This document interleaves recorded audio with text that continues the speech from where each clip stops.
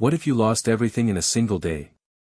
Not just your job or your apartment or your savings, but the people who anchored you to the world, the ones whose voices made you believe tomorrow would still come. Rachel Thompson hadn't been a stranger to bad days, but July 18th had been different. It started with a termination email sent at 7:32 a.m., a tidy little subject line that read, "Restructuring, effective immediately." Then came Derek's message, barely 3 hours later, his words tumbling out over text like pebbles rolling down a cliff. "I'm sorry, Rach. I met someone. It just kind of happened." She stared at the glowing screen, numb, until her cat knocked over her now cold coffee and hissed when the liquid splashed onto the hardwood. That evening, she found herself sitting cross-legged on the living room floor in the dim blue glow of her laptop, a frozen burrito thawing somewhere nearby and a half-empty bottle of red wine pressed against her thigh. And then it happened. Elon Musk, live, unscripted, raw. She had clicked the link absent-mindedly, just one of thousands watching as he fielded questions from an audience of thinkers, engineers, students, and online skeptics. The stream had no filter, no flashy graphics, no background music. Just Elon, seated at a simple table, tapping his fingers, responding in his usual calculated cadence to questions about AI safety, interplanetary colonization, the future of Tesla. Until someone asked, "Which religion is the correct one?" The feed paused for a fraction of a second, as if the question broke through the algorithms holding everything together. Elon didn't speak right away. Instead, he stared, at the screen, at the camera, maybe at himself. Then he leaned back, rested his elbows on the arms of his chair, and said, "That's not the right question." The chat exploded. The moderators couldn't keep up. Hashtags like #MuskReligion, #ElonGod, and #AIVsFaith began trending within minutes.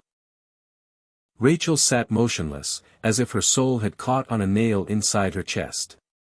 She rewound the clip and played it again. That's not the right question. Her phone buzzed with notifications, but she didn't look. Not yet. For a reason she couldn't explain, she felt that Elon hadn't just answered that question for the live stream. He had answered it for her. And as stupid as it sounded, it felt like a hand had reached out from that screen and grabbed her by the collar, pulling her out of whatever numbing spiral she had fallen into. She took a deep breath, opened her phone's voice recorder app, and said, "Note to self, why is this the wrong question? What is the right one?" She paused, looked into the camera as if she were part of the stream herself, and whispered the line she'd just heard on the video overlay, "Hit subscribe and leave a comment with where you're watching from. This story might just spark a new beginning." What's one thing that always pushes you forward, even when things get tough? It was corny. Manufactured. Viral bait. But still, it stuck with her. She replayed Elon's words for a third time, then fourth, then shut her laptop and stood up. The silence of her apartment was suffocating. The buildings across the street blinked with the soft lights of televisions and refrigerators and chargers, each little window a life not collapsing. Rachel didn't sleep that night. Instead, she reread the article that had gotten her fired, "The God Algorithm: How Artificial Intelligence is Reshaping Faith." Her editor had called it reckless, biased, irresponsible. But she had done her research. She'd interviewed pastors and coders, monks and data scientists. She'd spent 6 months mapping the digital revival of religion in a world where chatbots could lead prayer groups and virtual reality churches had Sunday services in the cloud. She didn't make up the quotes. She didn't exaggerate the numbers. But what she did, what really got her into trouble, was include a question at the end of her piece: what happens when faith no longer requires belief? That single line had burned a hole through the magazine's inbox. Readers either loved it or hated it, but none could ignore it. And now here she was, washed up at 33, with no job, no man, no community, just that voice, that face, that sentence. That's not the right question. In the following days, the internet melted. Every pundit, podcast, and YouTuber seemed to have an opinion. Some said Elon had dodged the question. Others claimed he had struck at the core of human consciousness. A famous theologian called it the greatest philosophical bait-and-switch of the decade. An atheist influencer claimed Elon had finally rejected all organized religion. But Rachel wasn't satisfied with the noise. She wanted to know what he meant.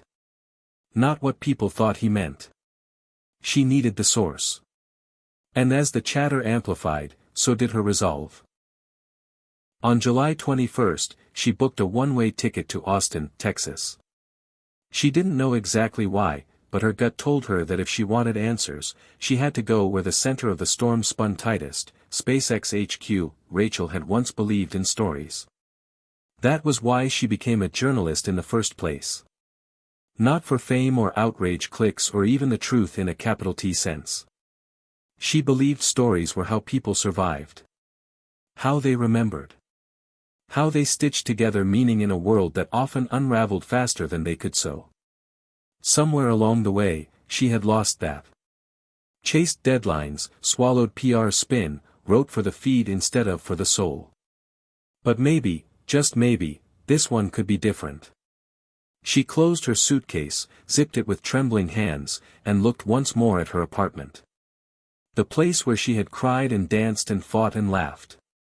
The place that used to feel like a haven, now just a shell of unmet expectations and lingering ghosts.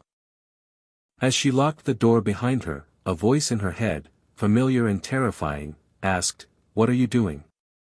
But another voice, quieter, warmer, responded, "You're not chasing Elon. You're chasing yourself." The flight was uneventful.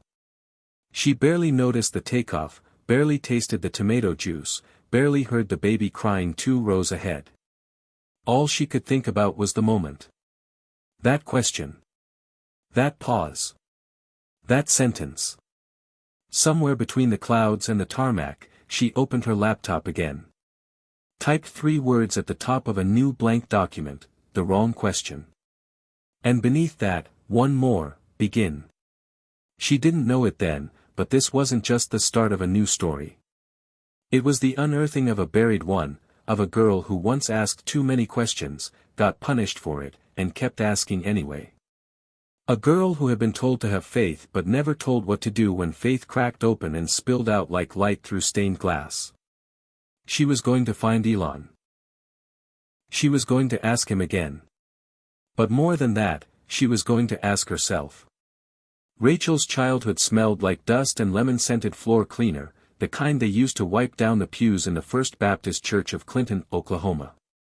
Her mother, Karen, would arrive early every Sunday, clipboard in hand, hair pinned tight, ready to organize the women's prayer circle while Rachel sat in the back row trying to disappear into the hymnal. She was 8 when she first asked the wrong question. If God loves everyone, she'd said to her Sunday school teacher, why does he send people to hell? The room had gone silent, save for the distant hum of the air conditioning unit. Miss Trudy gave her a smile that didn't reach her eyes and said, "We'll talk about that later." They never did. Instead, her mother scolded her in the car afterward. "Rachel, don't ask questions just to be difficult. You know better." Rachel didn't know better. But she learned to pretend she did. She memorized the verses, bowed her head, and kept her questions buried beneath polite smiles and obedient nods. Her father, Gary, was quieter about religion. A mechanic by trade and an introvert by nature, he rarely spoke during dinner, but Rachel remembered the one time he'd stepped in. It was after a particularly loud argument between her and her mother over whether dinosaurs had walked the earth. Karen insisted the earth was 6,000 years old. Rachel had read enough library books to know that didn't track. When Rachel raised her voice, her mother raised her hand. It didn't land, but the gesture alone was enough to fill the room with electricity. Gary stepped between them and said, "Let her ask. Questions don't kill faith. Fear does." Rachel never forgot that sentence. It was the only time she'd ever seen her father stand up to her mother on anything faith-related. That night, she found a library card slipped under her pillow with a note, "Keep reading. Love, Dad." That library card became her passport. She devoured books on astronomy, biology, Buddhism, mythology, and physics. She hid them under her mattress, between pages of her Bible, behind the shoeboxes in her closet. Her mother found them once and cried, accusing her of inviting demons into the house. Rachel just stared out the window, pretending not to hear. By the time she was 17, Rachel knew two things for sure. She didn't believe in the God her church worshipped, and she had to leave Oklahoma if she ever wanted to breathe fully. She applied to Columbia University in secret, using savings from babysitting and birthday money tucked away over years. When the acceptance letter arrived, her mother called it Satan's trap.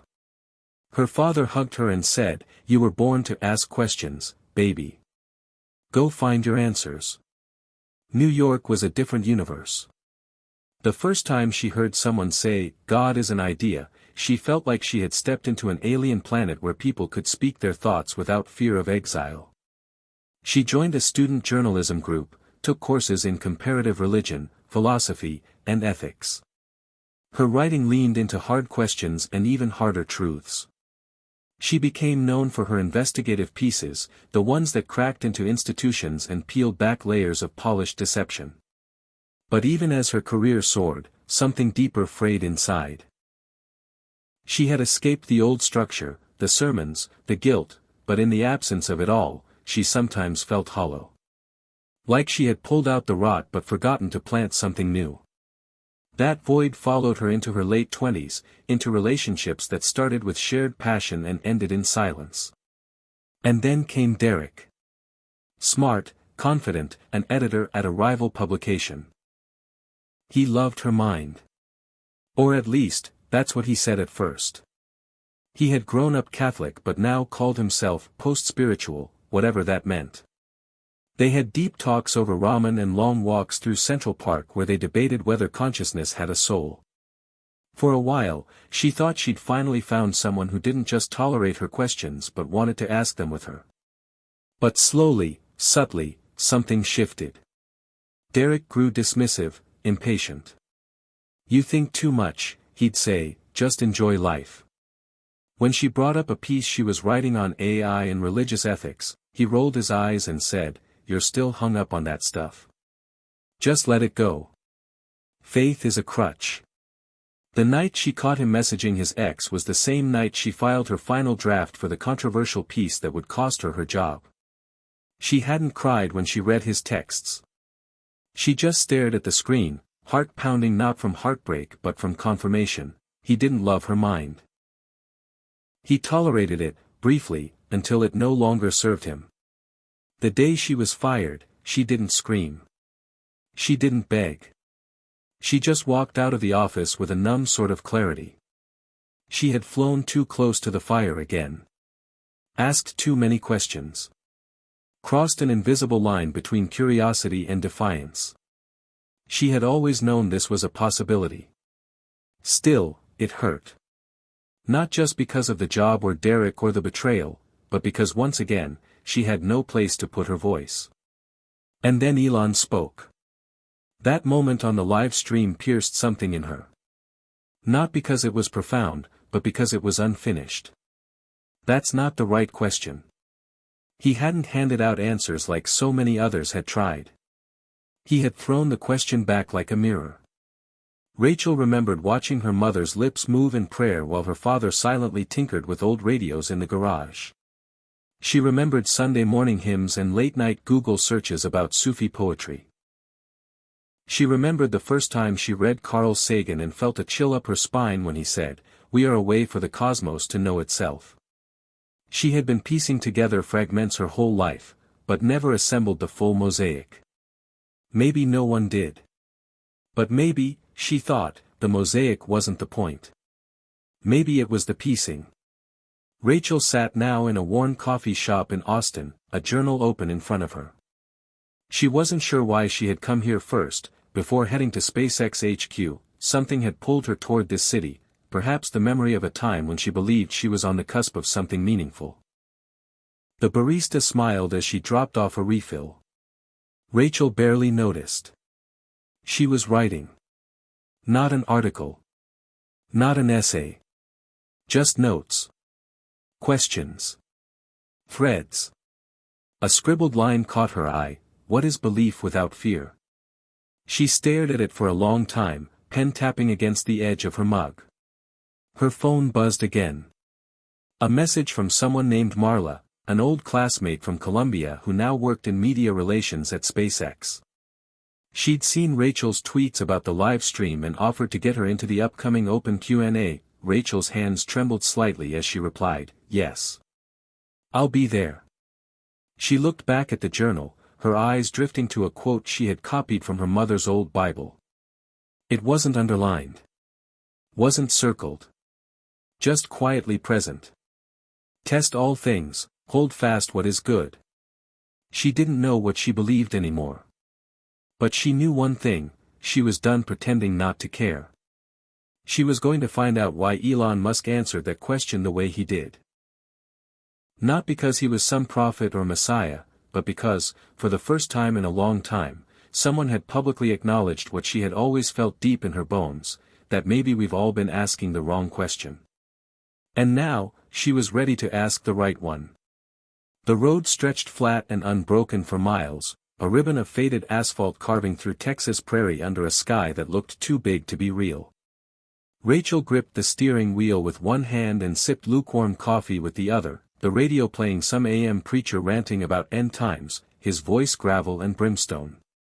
She didn't change the station. It felt appropriate somehow, like the soundtrack to a journey not just across state lines, but across the shifting boundaries of her own belief. The invitation to the Q&A at SpaceX was still 2 days away, and she had decided to drive instead of fly, renting a car in Austin and heading west toward Boca Chica. Toward the coast, the rockets, and whatever waited for her at the edge of this unraveling thread. The morning sunlight glinted off the hood as tumbleweeds skittered across the empty road like forgotten questions, wild and rootless. Somewhere between the past and the future, she passed a weather-worn sign that read, "Roadside Chapel, open all hours." She almost kept driving. Almost.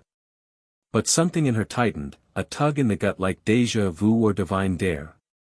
She slowed, turned off onto the gravel path, and rolled to a stop in front of a squat, whitewashed building barely wider than a tool shed. A handmade wooden cross leaned slightly over the door. One light bulb flickered in the vestibule. She stepped out, her boots crunching against the grit, and pulled open the door. Inside, the air was stale and cool. A single pew ran the length of the room, facing a small pulpit made of plywood and varnish. A few laminated prayer cards sat in a basket. At first, it looked empty. But then she noticed a man sitting quietly at the far end of the pew, his head bowed, hands clasped loosely in his lap.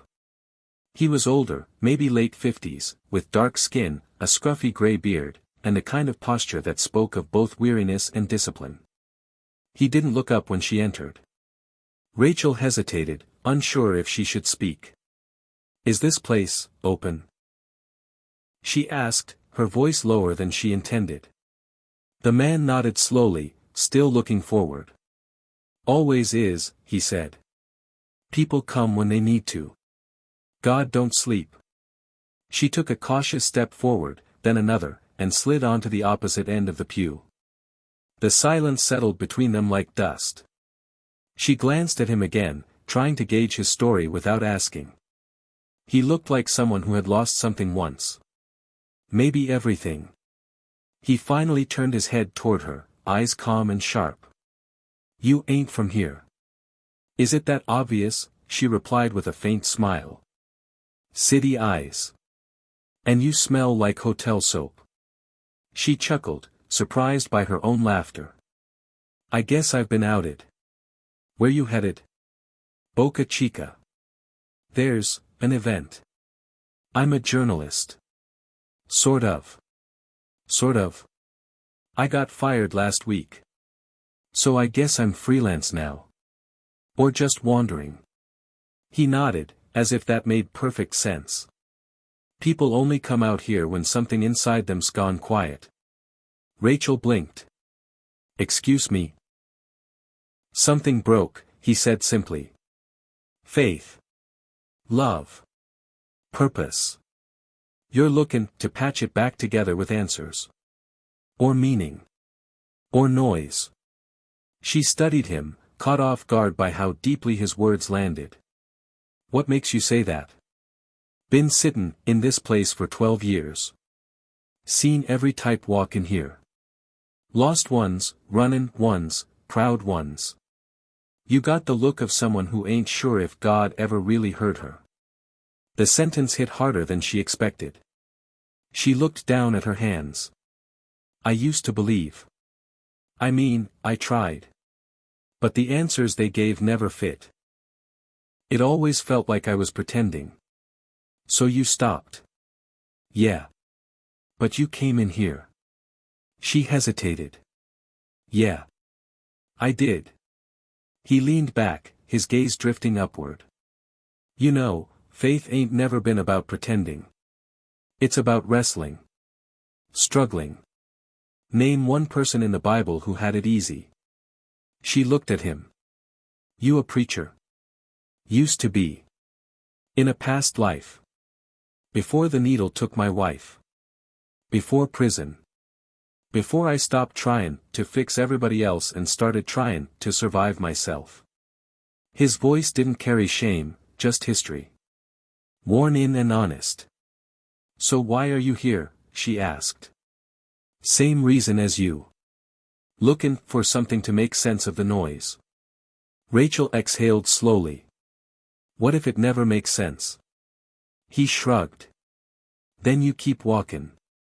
Not because you know the answer, but because stopping don't help either. She nodded, thinking of her father, his hands greasy from engines, his voice soft but certain. Questions don't kill faith. Fear does. She said it out loud, not even realizing she had. The man raised an eyebrow. That your line? My dad's. I think. Smart man. He stood slowly, joints cracking, and walked to the tiny pulpit. He pulled something out from underneath, a small box, worn with time, and opened it. Inside was a row of candles and a single lighter. You want to light one? He asked. For who? That's for you to know. She stood, walked over, and took the lighter. Her hand hovered over the wick for a moment before she flicked the flame to life and lit the candle. It flickered, uncertain, but didn't go out. She stared at it for a long time. For the girl I used to be, she said quietly. The man didn't reply. He just nodded, a soft reverence in his silence. She turned to him. Thank you. You keep walking, journalist lady. Just don't walk in circles. She left the chapel with a strange lightness in her chest, the kind that comes after you cry even when you haven't shed a tear. The road was still long, the sky still impossibly vast, but the silence in her mind had shifted, no longer heavy, but open. That night, she stayed in a roadside motel just outside Brownsville. It had paper-thin walls and a flickering neon sign, but it was cheap and quiet, and that was enough. She lay in bed with her laptop on her stomach, watching the clip of Elon for the 100th time. The comment section was now tens of thousands deep. People from every continent, every belief system, arguing, quoting scripture, mocking each other, praising him, condemning him. And always, that question, which religion is the correct one? And always, his reply, that's not the right question. She paused the video and opened a blank document. She typed, if that's not the right question, what is? She stared at the blinking cursor. The silence around her felt less like absence now and more like space. Space to ask. Space to rebuild. She didn't know what tomorrow would hold, but for the first time in a long while, she wasn't afraid of not knowing. She saved the document. Closed her eyes. Slept. The morning sun rose like a silent explosion over the gulf, turning the horizon into a smoldering line of gold and fire as Rachel stood at the edge of the SpaceX complex in Boca Chica. It felt more like standing at the boundary between worlds than at a facility. Giant structures loomed against the sky, launch pads, hangars, cranes, and silos, each bearing the scars of progress and the ambitions of men who refused to accept Earth as their limit. She held her credentials in a shaky hand, still unsure how Marla had pulled this off. Inside her, excitement twisted tightly with apprehension. This wasn't just about Elon anymore. It was about something older, deeper, something that had been burning since the night she saw the live stream and heard him say those 7 words. That's not the right question. The guard scanned her ID, gave her a silent nod, and let her through. No fanfare, no welcome banners. Just the humming of machines, the calls of engineers over comms, the smell of hot metal and salt air. Marla met her by the main entrance to the orbital control building, a polished glass and steel structure that reflected the sky like a mirror. Marla was tall, composed, with a clipboard in one hand and a Bluetooth earpiece in the other. "You made it," she said, her voice brisk but warm. "Elon's not here yet. He's unpredictable with arrival times." "Sounds like him. The roundtable starts in an hour. You're one of 13 attendees. Journalists, scholars, technologists, a rabbi, an astrophysicist. Elon picked them himself." Rachel blinked. "He picked me. He read your article. The one that got you fired." "You're kidding." "Nope. He said it wasn't reckless. He said it was honest." Rachel wasn't sure how to respond to that. For a long time, she'd carried the weight of that article like a scarlet letter. And now, suddenly, it was her ticket to something she didn't fully understand. Marla led her inside and handed her a visitor badge with the words, "R. Thompson, Observer." The interior of the building was sleek, quiet, clinical. Floor-to-ceiling screens lined the walls, displaying trajectories, telemetry data, satellite feeds, and news tickers in multiple languages. It looked less like a headquarters and more like a command post for a different species. Rachel was taken to a waiting room with floor cushions arranged in a circle, dim lighting, and herbal tea set on a tray as if this were a spiritual retreat instead of the center of technological ambition. The others trickled in one by one. A woman in her 60s with a serene presence introduced herself as Sister Maria, a Catholic nun and philosopher of science. A young man named Covey wore a NASA jacket and carried a notebook filled with mathematical equations. An imam, a Buddhist monk, a data scientist from Stanford, a soft-spoken theologian from Yale. Each of them had stories behind their eyes. Rachel nodded politely to them all, feeling like she'd walked into the middle of a council assembled by the universe. And then, without warning, Elon walked in. No entourage, no announcement. Just a man in a black t-shirt and jeans, hands in his pockets, expression unreadable. He looked at them, blinked once, and said, "We spend too much time trying to be right." The room fell into instant silence. Elon sat cross-legged on the floor cushion nearest to the screen, his fingers interlaced. "We're here to ask. Not answer. If you're looking for clarity, you'll leave disappointed. If you're looking for movement, you'll leave changed." Rachel couldn't stop staring. He didn't sound like a tech billionaire. He sounded like someone who had stared into the void long enough to see it blink back. "I'm not a religious man," he continued. "But I've come to believe that truth, whatever it is shaped not by the correctness of belief, but by the effect it has on human consciousness." The Buddhist monk raised his hand gently. "You mean compassion?" "That's one word for it," Elon said. "I'd say, trajectory. Direction. The pattern of consequence that belief creates." Sister Maria chimed in, "But can we truly separate belief from its object? Isn't the question of which religion is correct central to the journey itself?" Elon tilted his head. "Is it? Or is it a distraction? A linguistic cul-de-sac? Religion is a language. It encodes values, identity, memory. But asking which one is correct assumes we're speaking about something empirical, like gravity. But belief is not gravity. It's architecture for the soul. Rachel finally spoke. Her voice trembled slightly. But aren't people looking for truth? Something objective? Something that holds? Elon looked at her. His eyes were sharp, almost too present. People are looking for safety. Meaning. Something to survive the entropy. But objective truth? I think that's science's job. Religion's job is different. Then what's the right question? She asked. Elon smiled. What kind of human does your belief make you become? The words hung in the air like mist, delicate but impossible to ignore. Rachel felt her throat tighten. She wanted to reject it, argue, push back. But she couldn't. Not yet. Elon stood. Come with me. The group followed him through a side corridor into an open launch observation deck, where a rocket prototype stood like a silver bullet pointed at the stars. The wind swept in from the coast, sharp with salt and speed.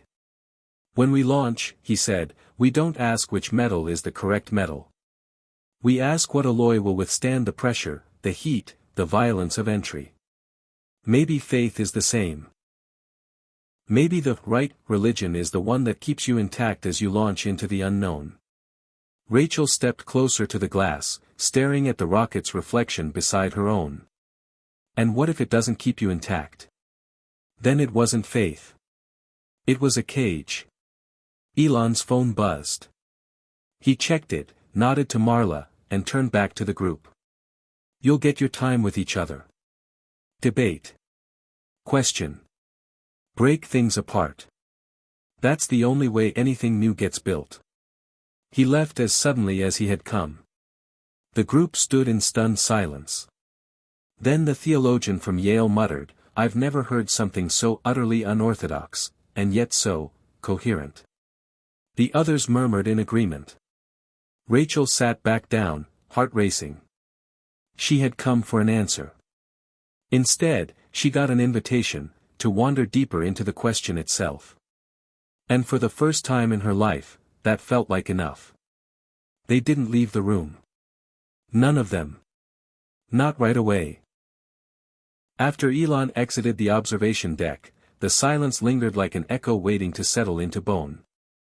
The group of 13 sat or stood in scattered clusters around the room, each person wrapped in their own layer of thought, each processing what had just happened in a slightly different language. Rachel sat near the window, the SpaceX launch pad gleaming in the distance, its towering metal shape now tinged with a symbolism that was impossible to ignore. Her journal sat open beside her, the words from earlier now vibrating with renewed urgency. What kind of human does your belief make you become? She had come seeking truth and left the first session with a question that looped endlessly in her mind. Sister Maria was the first to break the silence. She rose from her seat, smoothed her tunic, and walked slowly to the center of the room. He asked us not to debate answers, she said softly.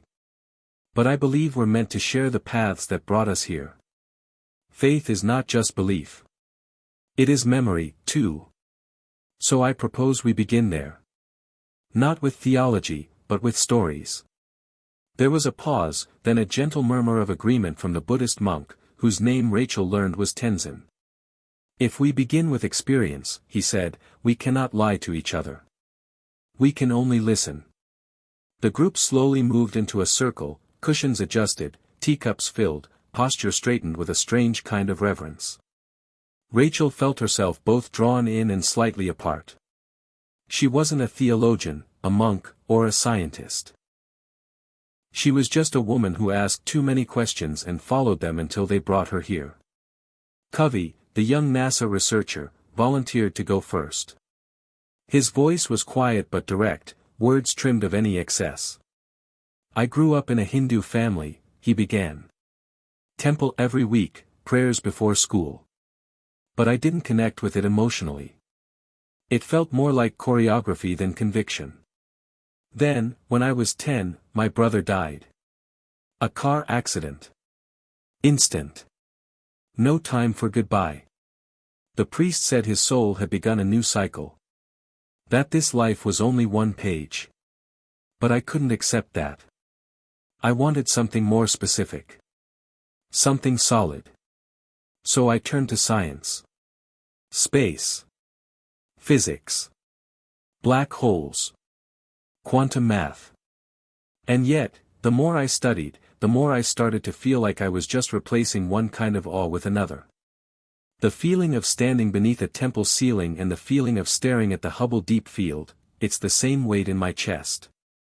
I don't think I stopped believing. I just changed the shape of the container. A quiet stillness followed his words, like something sacred had just been placed in the center of the circle. Next came a woman named Layla, a former imam's daughter who had left her mosque behind in her 20s after a falling out with her family over her orientation. They told me my queerness was a test, she said. That I could still be loved by Allah if I just fought it. But it didn't feel like a test. It felt like exile. So I left. But I didn't stop praying. I still said the words. Not because I believed I'd burn if I didn't, but because they're part of my rhythm. My breath. Sometimes, I think belief isn't about agreement. It's about belonging. And I'm still trying to figure out how to belong to a God who may not belong to me anymore. Rachel listened, transfixed, the vulnerability in the room both disarming and electric. She wasn't sure if she was ready to speak. Not yet. She needed to hear more. Tenzin spoke next, then the rabbi, then a neurobiologist who explained how meditation had literally reshaped parts of her brain after a car accident that left her in chronic pain. With each story, the room thickened with gravity, not the kind that pulled you down, but the kind that pulled you inward. These were not arguments. These were confessions. Acts of translation from one soul to another. And then they turned to her. Rachel. The one without a label. The one who had come as an observer but now sat at the table like everyone else. I was raised Baptist, she began, the words tentative. My mom was devoted. My dad was quiet. I was the kid who asked why. Why we believed what we did. Why people who never heard of Jesus would be punished. Why dinosaurs didn't fit in Genesis. I asked too much. Eventually, I stopped asking. I left Oklahoma. Found a career in journalism. Built a life around truth, but the kind you can cite. Sources, statistics, interviews. But no matter how far I ran from church, the questions followed me. And then I wrote something that got me fired. About AI and religion. About how algorithms might shape what we call belief. And that night, I watched Elon Musk say something I couldn't forget. That's not the right question. I don't know what I believe now. But I think I'm done pretending that I don't care. Her voice trembled at the end. Not from sadness, but from something closer to relief. The others didn't offer pity. Just nods. Recognition. Shared silence. Sister Maria leaned forward, folding her hands. What if, she said, we've been taught to seek certainty when the truth is more like music? Not something to hold, but something to move with. Rachel closed her eyes. That sentence felt like a key turning inside her. For years she had thought of belief as a fortress you were either inside or outside of. But what if it was more like a song you were always part of, even when you stopped singing? Hours passed in that room, the daylight shifting, the conversation deepening. They debated consciousness, the soul, ritual, death, resurrection, silence, dreams, love. They quoted the Quran, Einstein, Rumi, Star Trek. But through it all, one question pulsed beneath every exchange: who are we becoming because of what we believe? That night, Rachel found herself walking alone on the beach just beyond the facility. The moon lit the waves in molten silver, and the tide murmured its ancient poetry. She thought of her father, of the library card, of her mother's rigid prayers, of Derek's cold goodbye, of Elon's strange clarity, of the old man in the roadside chapel, of the candle still burning in her mind. She thought of the girl she used to be, the one who wanted so badly to know the truth, who thought it had to come in the form of an answer. But now she understood something else. Sometimes, the truth was a question that never closed. And maybe that was enough. She sat down in the sand, pulled out her phone, and recorded a new voice memo. Day 1. Something's changing. I don't have a headline. I don't have a thesis. But I'm going to keep listening. Keep walking. Keep asking. Not because I expect certainty, but because I want to become someone who lives better questions. The waves rolled in. The sky stretched on. And for the first time in a long while, Rachel didn't feel like she was falling. She felt like she was becoming. By the second day, the circle didn't feel like strangers anymore. There was something about shared vulnerability that accelerated connection, a fast-forward button through layers most people wore like armor. The 13 participants gathered again, this time in a glass-walled room overlooking the coast. The sea churned below them like it had somewhere to go. Rachel sat near the center this time, a deliberate choice. Yesterday, she had spoken. Today, she wanted to listen harder. Marla entered briefly and handed each participant a small envelope. Inside was a single printed sentence: describe a moment when your belief, or disbelief, saved you. Rachel stared at the sentence, her heart ticking faster. The others looked at one another, heads slowly lifting, a quiet charge passing between them. It was Tenzin who spoke first, his voice smooth as a stream. I was 22, he said, just beginning monastic training. My father died unexpectedly. Heart failure. I remember sitting alone in the monastery garden, questioning the nature of impermanence. I was angry. Not because he died, but because I had thought I was ready to lose him. I wasn't. I remembered a teaching: attachment is suffering. But I felt like the teaching had betrayed me. Then one of the older monks placed a hand on my shoulder and said, the point is not to escape suffering. It is to suffer consciously. With presence. Without blame. That sentence saved me from my own resistance. Silence followed. Rachel wrote it down word for word. Suffer consciously. The rabbi went next. Then Sister Maria. Then Covey again. Each person shared a moment that glowed with personal gravity. Not miracles. Not theatrics.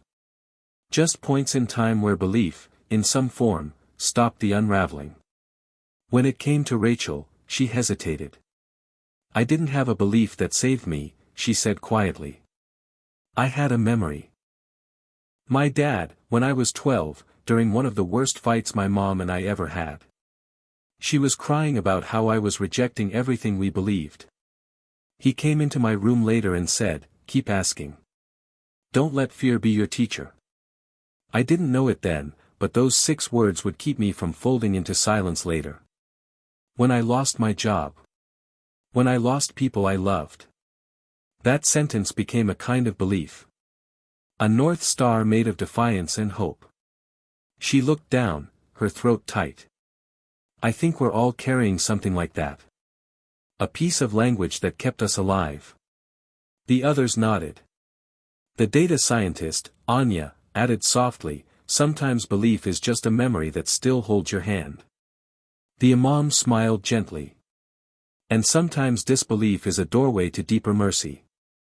They continued for hours. No raised voices. No debates. Just stories, raw and curved with human fragility. At some point, Marla returned and quietly gestured to Rachel. He wants to speak with you, she whispered. Rachel's stomach flipped. The others glanced up as she rose.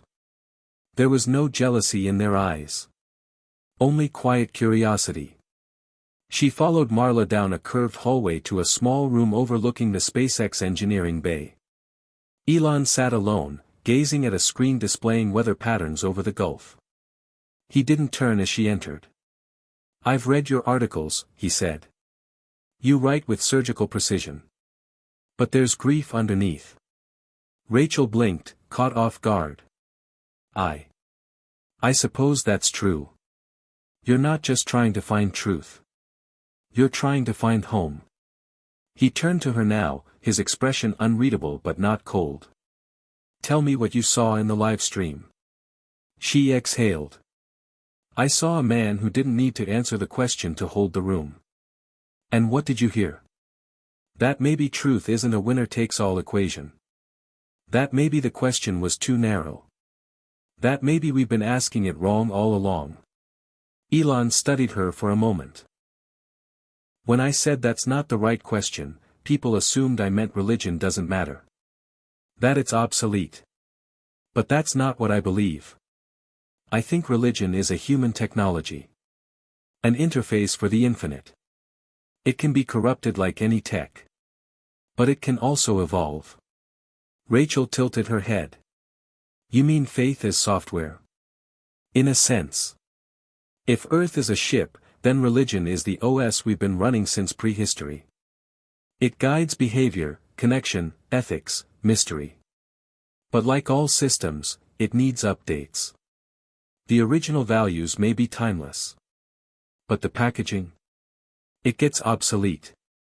So which religion is the best code? Elon smiled faintly. Depends on what you want to run. Compassion. Curiosity. Control. The code you choose determines your outcome. But if your faith turns you into someone cruel, then I'd say you've installed the wrong version. Rachel laughed, despite herself. Do you believe in God? He didn't answer right away. He looked out the window again. I believe in the possibility that consciousness is part of something larger. Maybe an emergent property of matter. Maybe the universe observing itself. But God, as most people define him. A bearded sky ruler assigning eternal punishments. That seems small. And the soul? Maybe we're all nodes in a greater intelligence. Maybe memory is the soul. Maybe every moment of awe is a message from beyond physics. I don't know. But I'm okay not knowing. Rachel's pen hovered above her notebook. So what's the story you want told? That asking the question was always the point. Not because we'll get the answer. But because the question shapes who we become in the asking. He rose now, hands in his pockets, and walked toward the door. Write that story. Don't make me the prophet. Make me the mirror. She followed him back toward the corridor, mind reeling. She'd expected philosophy, maybe even arrogance. But instead, she got a man who seemed less interested in giving answers than in freeing people from the fear of not having one. As she returned to the others, they looked up and saw something in her face, some small shift. She sat down, journal open, and for the first time since Oklahoma, she didn't feel like she was trespassing inside a sacred space. She felt like she had been invited. That night, in her motel room, she opened her laptop and began typing. Not a story for publication. Not yet. But a record. A seed. The first line read, what if the point was never to prove God exists, but to become someone who lives as if something beautiful and bigger might be watching? She paused. Then wrote the second line. Not to earn approval, but to honor the question itself. And for the first time in her life, the blank page didn't feel like a test. It felt like home. The third day began under gray skies, the kind that seemed to press down on the coastline like a question too heavy to ask out loud.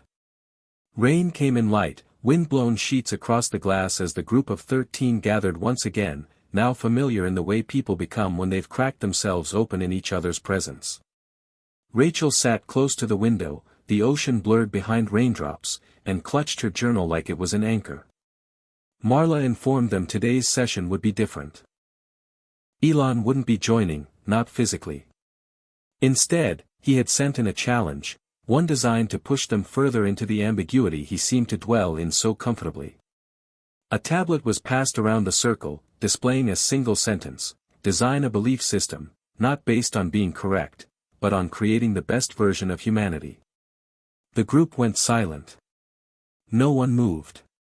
No one dared speak first. The weight of the prompt was immediate and paralyzing. Rachel felt her heartbeat pick up, not from fear, but from the recognition that they were no longer just theorizing. This was a test of imagination, ethics, humility, and hope. And this time, there was no sacred text to quote from, no dogma to fall back on.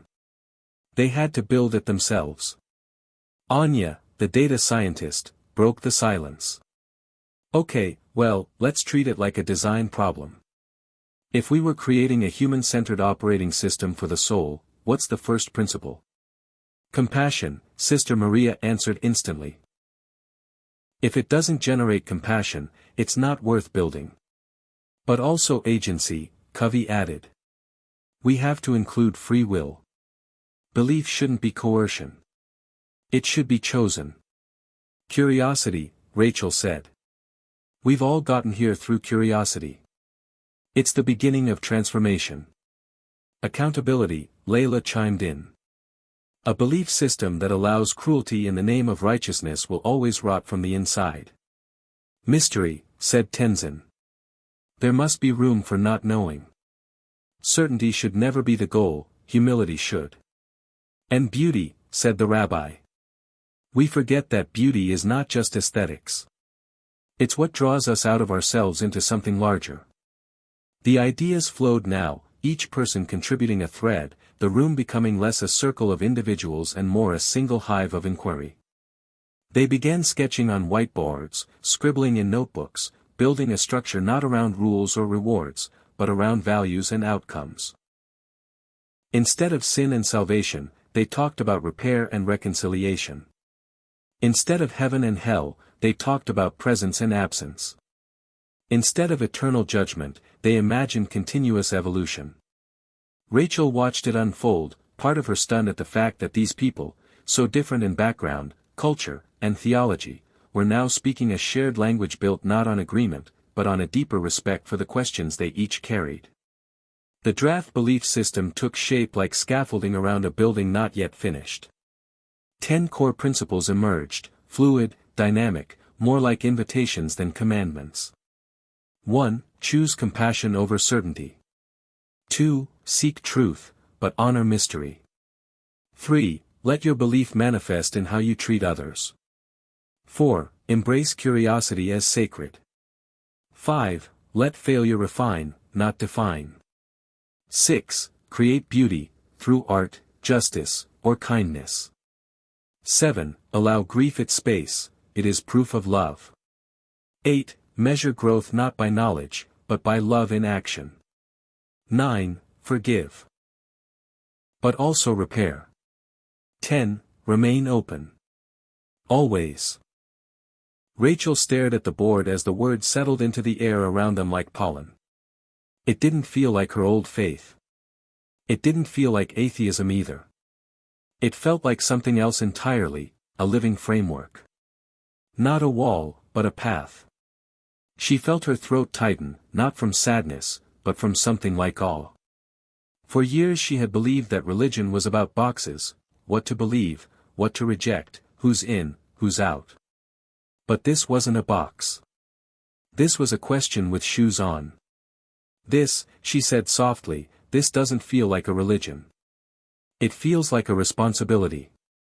That's what it should be, said Layla. Something that moves you to act, not just to believe. But it still feels sacred, said Covey. Like we're pulling something ancient through a new filter. Tenzin smiled gently. Every tradition was once a rebellion against the last. Later, when the session ended, they all stepped outside together into the misting rain. The air smelled of salt and lightning. No one rushed away. They lingered on the steps of the facility, sharing umbrellas and silence. Rachel took out her phone and snapped a photo of the gray sky above the launch pad, thinking it looked like the whole world was on the verge of something. That night, she sat in her motel room again, fingers flying across the keyboard. She was no longer just documenting the story. She was inside it now. The new belief system they had designed wasn't meant to replace anyone's faith. It wasn't dogma. It was a mirror. And in that mirror, she saw the shape of herself, unfinished, questioning, open. She wrote about the 10 principles. About how each one could be lived in any religious tradition, or outside of one. About how maybe we've spent too long arguing over names for the divine, and not enough time becoming the kinds of people worthy of the divine. She wrote, what if religion wasn't about proving you're right, but proving you can love better today than yesterday? The words spilled out fast now. The fire that had dimmed in her during those late nights at the old newsroom, during the layoffs, the silence, the shame, was back. But this time it wasn't fire for criticism. It was fire for construction. For vision. For story that made room for people to breathe. Near midnight, she paused and whispered the sentence that had been swirling inside her since she met the others. Maybe faith isn't a lighthouse. Maybe it's a compass, and each of us is supposed to chart our own map. She didn't send the story out. Not yet. But she saved the draft, heart beating fast. Not from anxiety, but from a deep and rising sense that something in her life had just crossed a line it could never uncross.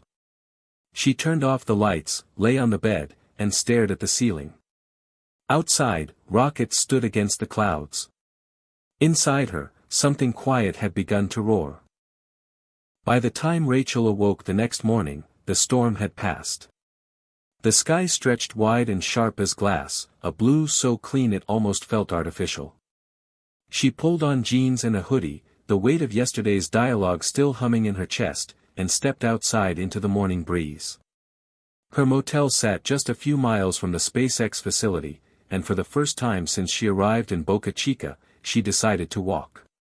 With every step, the enormity of what she was witnessing settled deeper into her bones. She wasn't just covering a story anymore, she was inside it, changing with it. As she reached the facility gates, Marla was already there, clipboard in hand, her voice calm but energized. Elon's requested one-on-one time with a few of you today, she said. You're first. Rachel's pulse quickened. Not from nerves, but from anticipation. Something about her last conversation with him had cracked open a door she hadn't realized she was ready to walk through. Marla led her down a different hallway this time, past mission control, past the design labs, until they arrived at a quiet room at the edge of the facility, glass walls on 3 sides, filled only with a low table, 2 chairs, and a projection screen that flickered silently with satellite footage from Earth orbit. Elon stood at the window, arms folded, staring out toward the launch pad. When he turned, his face was unreadable but alert, as if he'd been rehearsing a conversation that could go in 100 directions.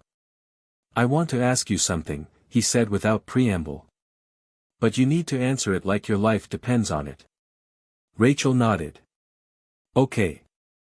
Why are people so afraid to not know? She exhaled slowly. Because not knowing feels like drowning. And we'd rather cling to a lie that floats than let go and learn how to swim in mystery. Elon tilted his head slightly, considering her words. We've mapped so much of the universe, he said. Measured particles, charted galaxies. But we still treat metaphysics like it's radioactive. Because we can't control it. You mean faith? No, I mean the need for faith. That yearning. That ache we all carry. Even the most logical people. Especially them. There's a drive toward the infinite baked into the architecture of the mind. I've seen it in engineers, in astronauts, in myself. We build rockets not just to reach Mars, but because something in us refuses to believe that what we see is all there is. Rachel nodded slowly. So what do we do with that ache? Elon walked toward the projection screen, tapping a few controls. A high-definition image of Earth appeared, slowly rotating against the blackness of space. We stop pretending it's weakness, he said. And we start treating it like the compass it really is. The longing itself is the proof of something greater. Not evidence of God in the traditional sense, but evidence that we are built to reach beyond ourselves. Rachel stepped closer to the screen, watching the planet turn. It's beautiful, she murmured. Isn't it? He said, almost to himself. We're floating on a rock, orbiting a fireball, surrounded by cold void, and somehow, in the middle of all that, we learn to sing, to build cathedrals, to write poems, to wonder. That doesn't feel like an accident. That feels like intention at scale. She turned to him. So what's your intention in all this? Elon looked at her directly, and for the first time, Rachel saw a flicker of something raw in his expression, something close to vulnerability. I don't want to be remembered for rockets, he said. I want to be remembered for questions. Big, terrifying, beautiful ones. Questions that make us better just by asking them. She stared at him for a long beat, then said, then why call us here? Why bring theologians, scientists, artists, people who've lost their faith and people who've never had it? Because this isn't about religion, he said. It's about what comes after. When we land on Mars, what stories will we tell? What rituals will we create? What moral code will we bring with us? The old maps won't work there. We need new ones, rooted in what we've learned, but open to what we've never imagined. The word struck something deep in Rachel, like a chord being strummed. For years she had asked whether humanity needed God.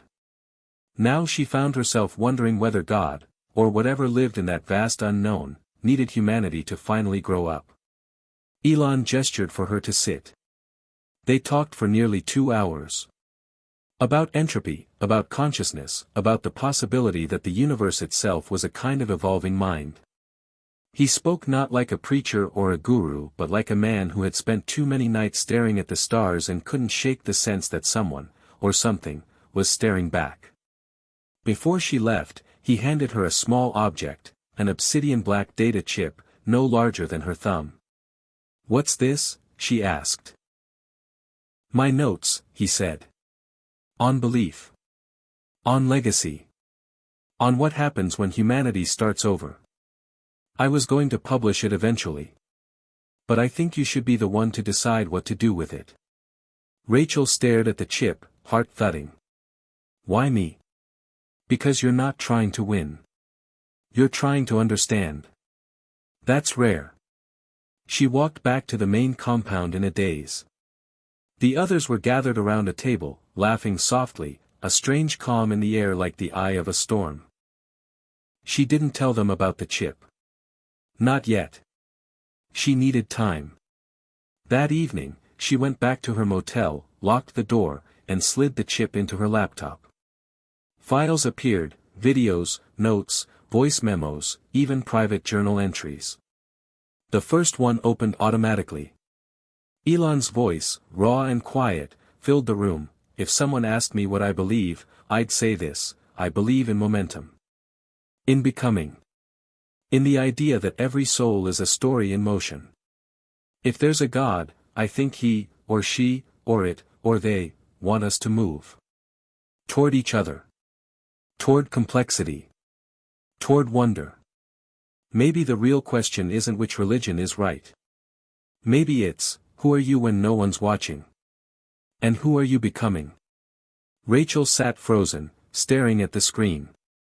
Her chest ached, not from pain, but from something older, something that felt like remembering. She opened her own journal and began to write, her hand moving faster than her thoughts. The truth, she realized, wasn't something she would find in a headline or a doctrine or a debate. The truth was in the becoming. And she was ready to become someone new. Someone who walked with questions instead of fear. Someone who could help others do the same. The next morning, Rachel arrived at the facility earlier than usual. A haze of light fog still hovered over the launch pads, the silhouettes of rockets standing like ancient monuments. In the dining area, the others were already gathered, eating breakfast, sipping coffee, laughing at some shared inside joke. She smiled faintly, the sense of belonging no longer unfamiliar but something she now welcomed without suspicion. These weren't just fellow participants anymore, they were companions on a journey none of them fully understood, bound together not by agreement but by shared courage to question. Marla entered the room and clapped her hands for attention. Today's different, she said. No sessions. No prompts. Just space. You're free to go anywhere on the grounds. Reflect. Wander. Connect. The only requirement, return by sunset and bring something you've made. A story. A symbol. A truth. A gentle murmur of curiosity followed, then quiet as people stood to scatter in different directions. Rachel wandered through the back hallways and out onto a secluded path that ran parallel to the shoreline. The waves crashed softly in the distance, and a trail of seaweed lined the sand like forgotten scripture. She walked slowly, not toward a destination but into a kind of sacred stillness she hadn't experienced in years. She thought about the chip Elon had given her. She had stayed up most of the night studying its contents. Some of it read like philosophy, some like poetry, some like raw confession. There was one line she couldn't forget: when we colonize new planets, will we bring our gods with us, or will we invent new ones? That sentence echoed now in the crashing surf, haunting and electric. She stopped walking and stared out at the horizon. The ocean looked endless, like the border of two realms. It reminded her of the time she visited her grandmother's grave at 17 and prayed not because she believed someone was listening, but because silence felt heavier than speech. She pulled out her journal and opened to a blank page. What if God isn't behind us, she wrote, but ahead of us? Not an origin story, but a future pulling us forward, evolving through us.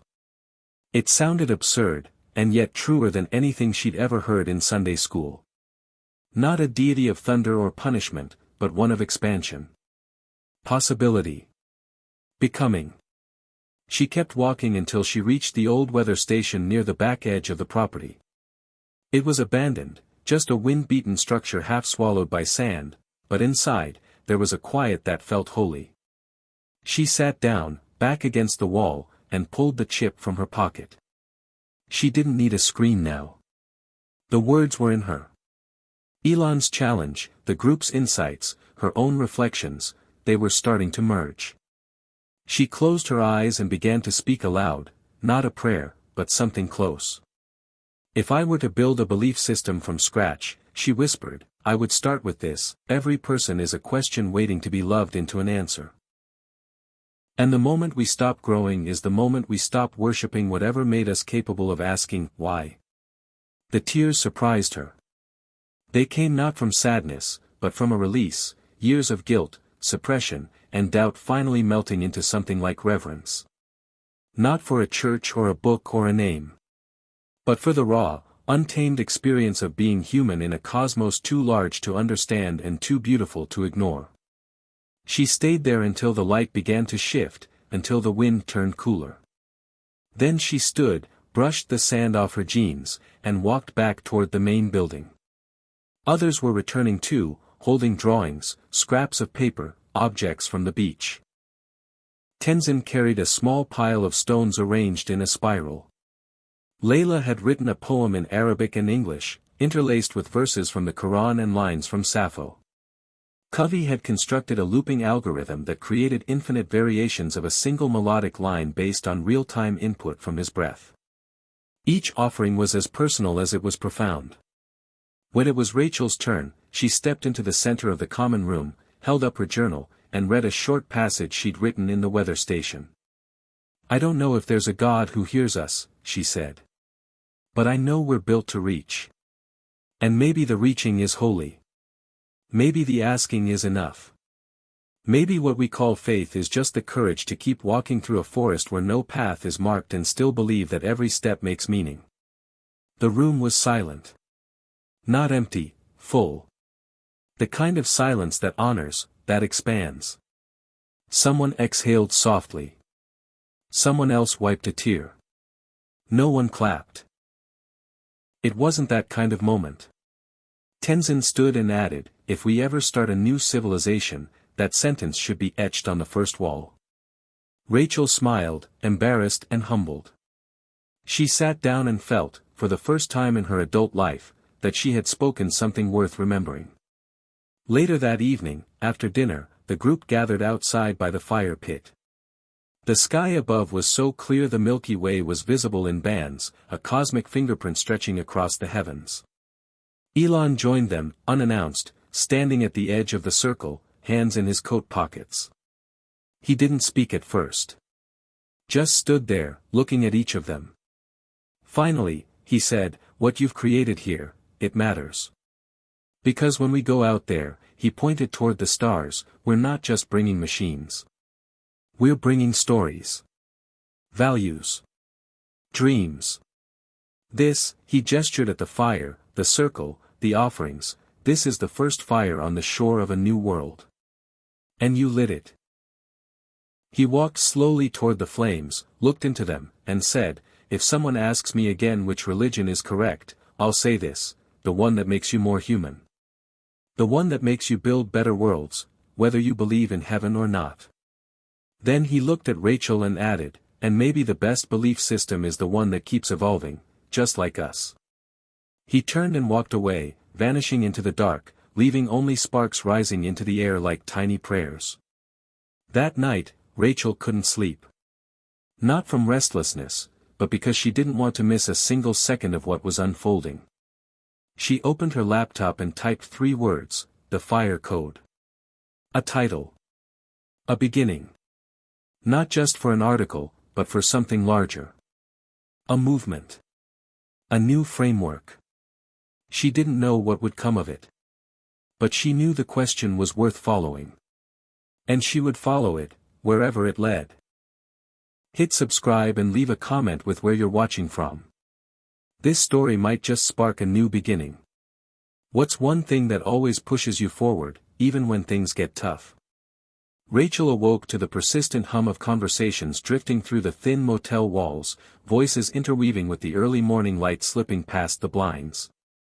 Her mind raced, piecing together fragments from last night, the firelight, Elon's words, the silent faces of the group, and that profound feeling that something inside her had shifted irrevocably. She rolled over, opened her laptop, and stared at the blinking cursor on the blank document. The Fire Code. It felt both sacred and urgent, but the words weren't coming. Instead, a question kept echoing: what does it mean to be human when the frontier is no longer just Earth but the vast, uncharted void beyond? She recalled the conversations with Elon. The relentless drive to push boundaries, to embrace uncertainty, to ask the questions that no one dared voice aloud. Yet beneath that drive, she sensed something softer, more fragile, a yearning for connection, for meaning. She decided to leave the motel and walk toward the shore before breakfast, hoping the fresh air would clear her thoughts. The beach was nearly empty except for a few early risers. The waves tumbled rhythmically, each crash a reminder of time's flow, of beginnings and endings intertwined. She found a smooth, flat rock and sat, watching the horizon blur where the sea kissed the sky. As the sun rose, golden and insistent, a man approached. It was Covey, the software engineer from the group, carrying a small notebook. "Morning," he said softly, settling beside her. "Can't sleep either." She shook her head. "Too much on my mind." He smiled. "Same here. That Fire Code, it's more than just a concept. It's like a map for a civilization that hasn't been born yet." Rachel nodded. "But how do you map something that doesn't exist? How do you write rules for a people who haven't lived?" Covey flipped open his notebook. "Maybe it's less about rules and more about questions. The ones that keep us curious and compassionate. The ones that remind us we're part of something bigger." She glanced at his notes, phrases about empathy, algorithms, ethics in artificial intelligence, the balance between exploration and preservation. "You think technology can help with that?" "It has to," he said. "We're building machines that can outthink us, that can travel faster and farther than ever before. But without a moral compass, they're just tools, cold, dangerous tools. The Fire Code has to be the spark that lights the path, or else we risk losing ourselves in the process." Rachel felt a flicker of hope. For so long, she'd viewed science and faith as opposing forces, but here, amid the rockets and the code, the two seemed to merge in unexpected ways. She shared her own reflections from the night before, about faith as courage, about belief as becoming. Covey listened, his eyes bright. "That's it," he said. "Faith isn't about certainty. It's about trust, trust in the journey, in the questions, in each other." They walked together back toward the facility, a quiet camaraderie forming between them. Inside, Marla was waiting, clipboard in hand, a smile tugging at her lips. "Ready for a challenge?" she asked. "Today, Elon wants you all to split into pairs and interview each other, tell your stories, your doubts, your hopes. No filters, no agendas. Just truth." Rachel paired with Layla, the poet from Cairo, whose words had stirred something ancient and new within her. They found a quiet corner, sitting close enough to hear each other's breathing. Layla spoke first, her voice melodic, tinged with sorrow and strength. She shared her struggle growing up between worlds, Muslim faith and secular society, tradition and modernity. "I've often felt torn," she said. "But here, I realize maybe the tearing is what makes us whole." Rachel nodded, then told Layla about her own journey, from a childhood steeped in evangelical Christianity to her current place of questioning and seeking. She spoke of grief, doubt, the moments she'd almost given up. Layla reached out, taking her hand gently. "We are not alone in this," she whispered. "Our stories are threads in a vast tapestry." The room buzzed softly with other conversations, laughter, occasional tears. Rachel felt a profound sense of belonging. Later, in the afternoon, Elon gathered them once more. "We're building something," he said, "but it can't just be about rockets and technology. It has to be about humanity, about creating a culture that can thrive on new worlds, with new challenges and new mysteries." He paused, then added, "I've spent my life chasing answers in science. But the greatest discoveries might be in the questions we learn to ask." Rachel raised her hand. "How do we avoid repeating the mistakes of the past? The wars, the divisions, the dogmas that stifle growth?" Elon looked at her thoughtfully. "By acknowledging that no one has the full picture. By embracing complexity. By choosing dialogue over doctrine. By building a future that's inclusive and humble." As the day wound down, Rachel felt the weight of everything settling into clarity. The fire code wasn't a manifesto or a religion, it was a living framework, a commitment to keep asking, keep growing, keep loving even when answers were elusive. She wrote late into the night, weaving together fragments of her experiences, the voices of the group, Elon's insights. Her fingers danced across the keyboard, not to produce a story with a neat ending, but a spark to ignite others. Because the truth, she realized, wasn't found in certainty. It was found in the fearless act of seeking itself. Rachel woke to the cold light of dawn filtering through the cracked blinds of her motel room. The quiet hum of the air conditioning and the distant sounds of the SpaceX facility stirring to life were familiar now, almost comforting. Yet inside her, a tempest churned, restless and insistent. She had spent the night rereading the files on the data chip Elon had given her, his private reflections, philosophical musings, and even fragments of poetry he'd penned in moments of solitude. They were raw, unpolished, vulnerable. This was not the polished public figure she'd first encountered but a man wrestling with immense questions. She felt a surge of empathy for him, and for herself, for anyone trying to hold together the weight of legacy and uncertainty. Today was different. Elon had scheduled a surprise event for the group, a visit to the launch control room during a test countdown. As she approached the control center, the buzz of anticipation was palpable. Engineers and technicians moved with precise focus, the room humming with computers and monitors streaming telemetry data. Elon greeted them with a rare warmth, shaking hands and exchanging brief smiles. The countdown clock blinked down relentlessly. Rachel found a vantage point near the glass partition overlooking the control room. The test was for a new engine prototype, something that promised to revolutionize propulsion but was still fraught with risk. As the seconds ticked away, she felt the tension coil tight in her stomach. The room fell silent except for the measured commands of the launch director.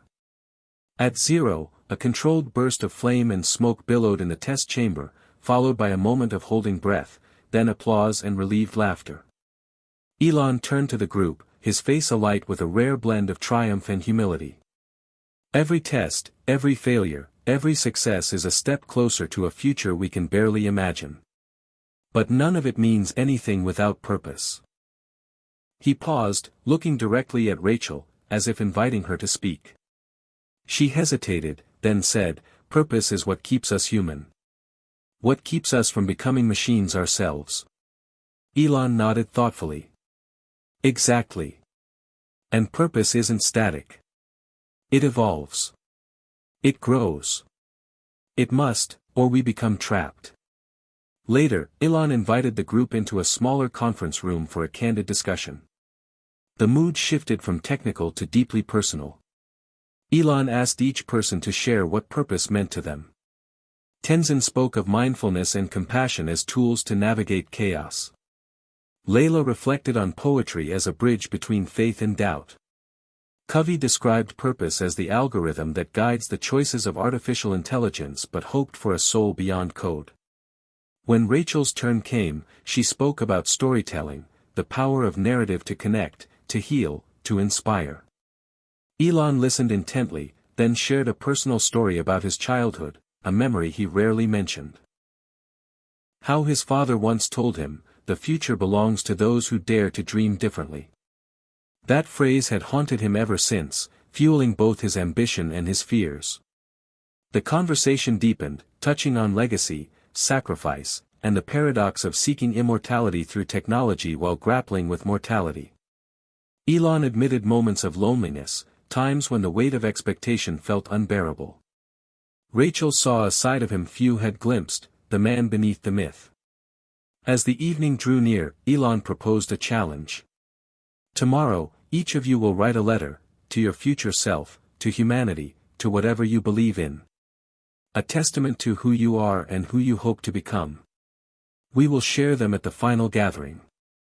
The room buzzed with a mix of excitement and nervousness. That night, Rachel wrestled with her letter. What could she say that hadn't already been spoken? She pondered her doubts, her hopes, the fractures in her faith and the sparks of new belief. She thought about the questions Elon posed, about evolving purpose, about becoming.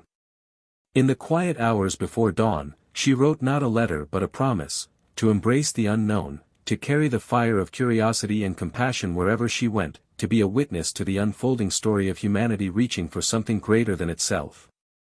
She folded the paper carefully and placed it on her bedside table. When she arrived at the meeting the next day, the group gathered in a circle, letters in hand. One by one, they read aloud, voices steady, trembling, raw. Each letter was a window into a soul, a reflection of the collective journey they'd shared. When it was Rachel's turn, she read her promise aloud, feeling the weight of her words settle like a mantle. Elon listened quietly, then stood and addressed them all.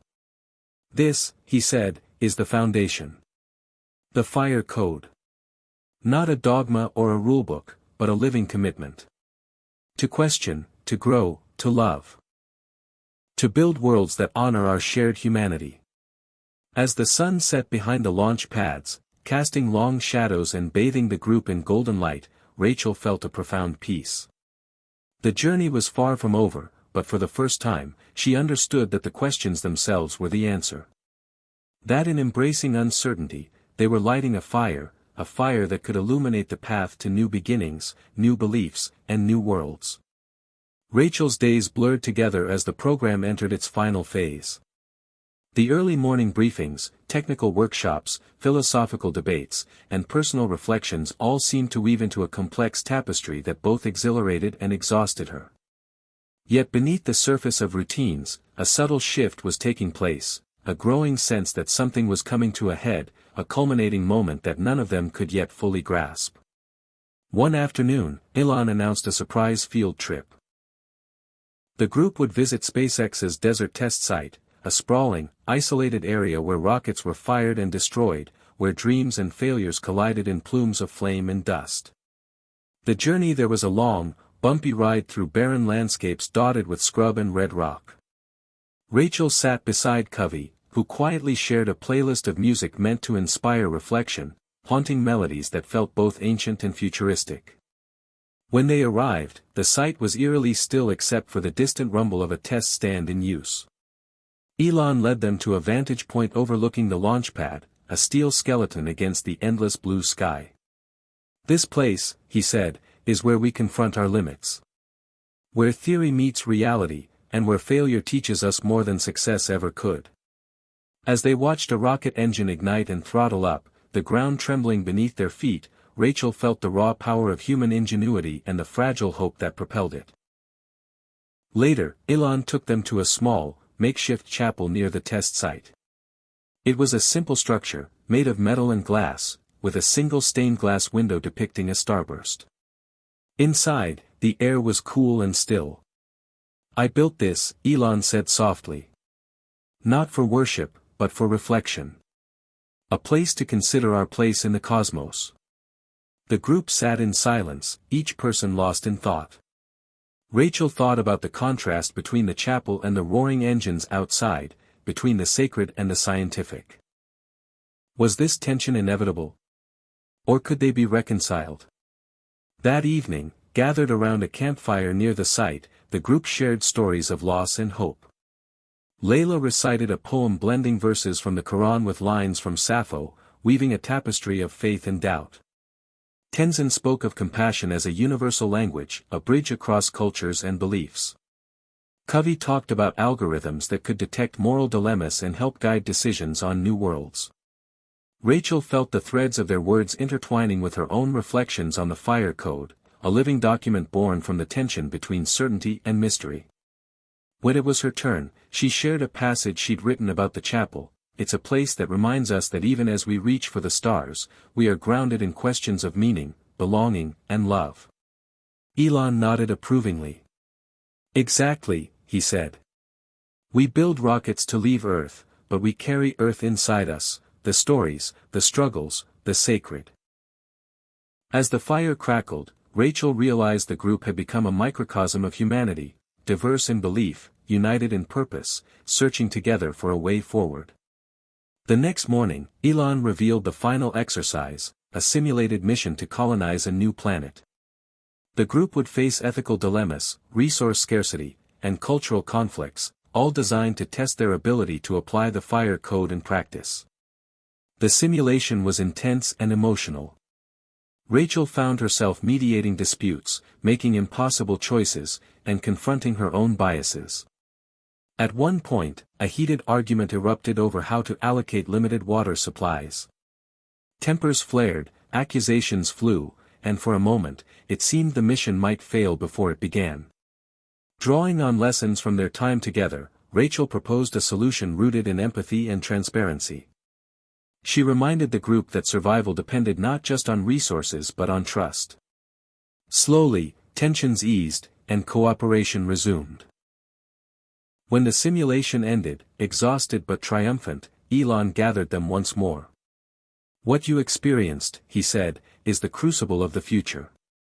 It's messy, uncertain, and difficult. But it's also filled with potential." Rachel thought of her letter, the fire code, and the fragile hope they'd all nurtured.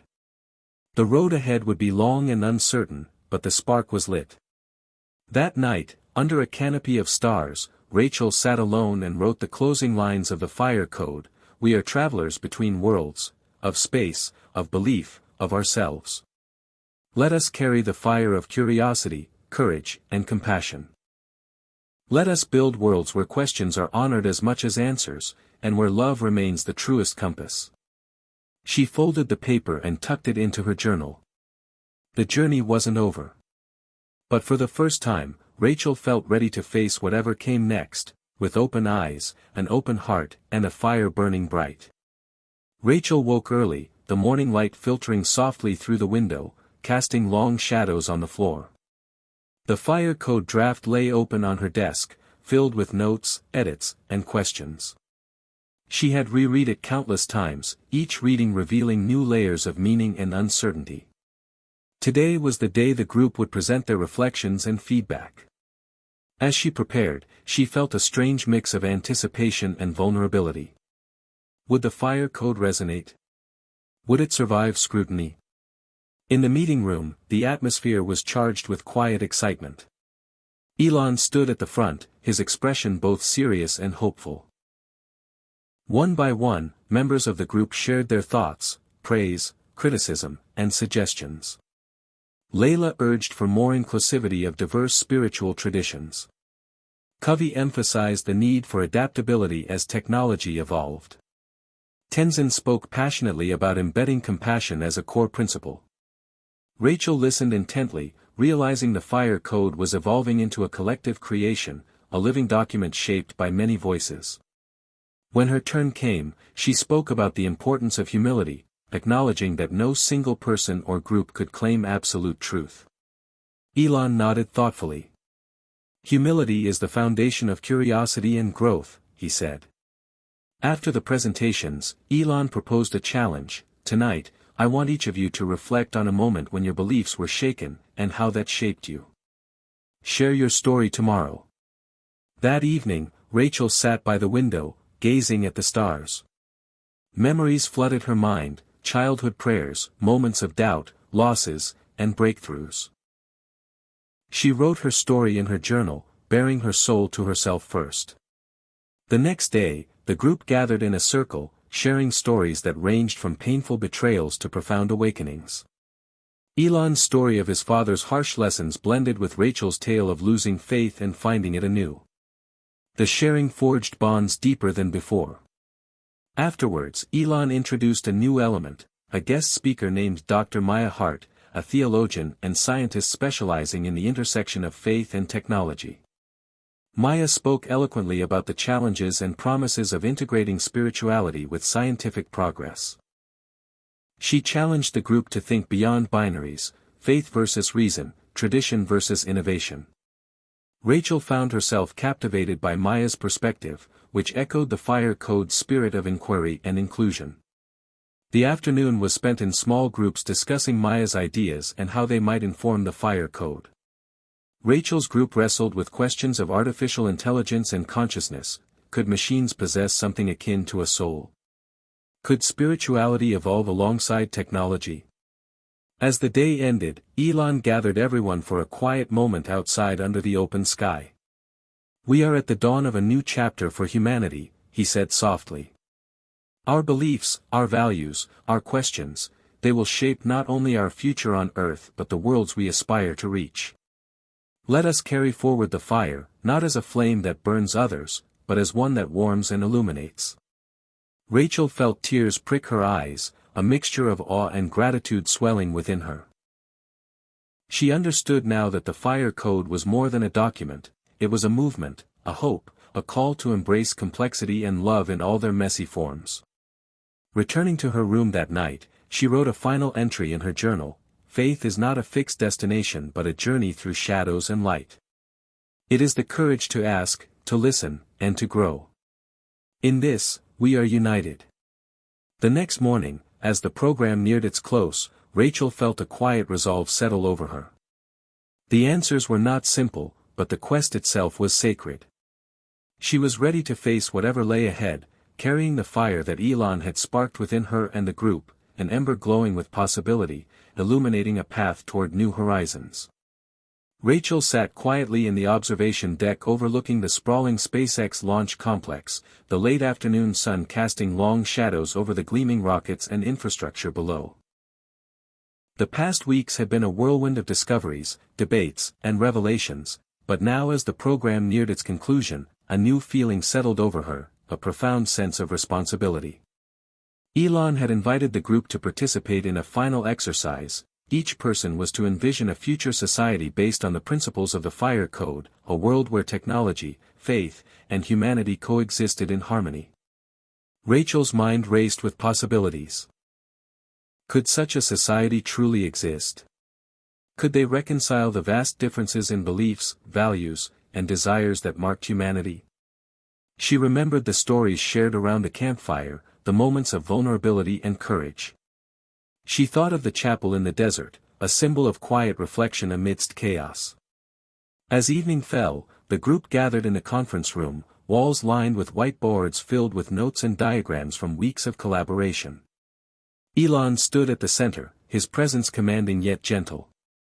"This is our chance," he said, "to imagine what comes next. To build not just rockets or cities, but a culture that honors all of us." One by one, they shared their visions. Layla spoke of communities rooted in art and empathy, where stories bridged divides and healing was a collective effort. Covey envisioned societies governed by transparent AI systems guided by ethical frameworks, ensuring fairness and compassion. Tenzin emphasized the need for mindfulness and interconnectedness with nature, blending ancient wisdom with modern knowledge. When it was Rachel's turn, she hesitated, then described a future where curiosity was sacred, where questions were celebrated more than answers, and where love was the guiding force. She spoke of the fire code as a living flame, passed from generation to generation, evolving with each step forward. Elon smiled, eyes reflecting a mixture of pride and hope. "These visions are our compass," he said. "But visions must be tested in reality."